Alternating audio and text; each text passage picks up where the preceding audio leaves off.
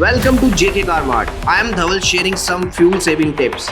There are several ways to save fuel for cars. Number 1. Drive smoothly. Accelerating and braking suddenly can consume a lot of fuel. Try to maintain a steady speed and avoid sudden movements. Number 2. Check tire pressure. Make sure your car's tires are properly inflated.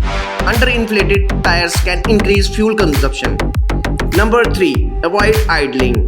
If you are parked or waiting, turn off the engine instead of idling. Idling wastes fuel. Number 4. Keep your car well maintained.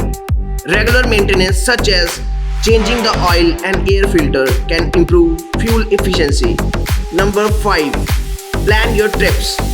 Combine errands into one trip to reduce the number of times you need to start your car. Number 6. Avoid carrying unnecessary weight. Extra weight in the car can increase fuel consumption. Number 7.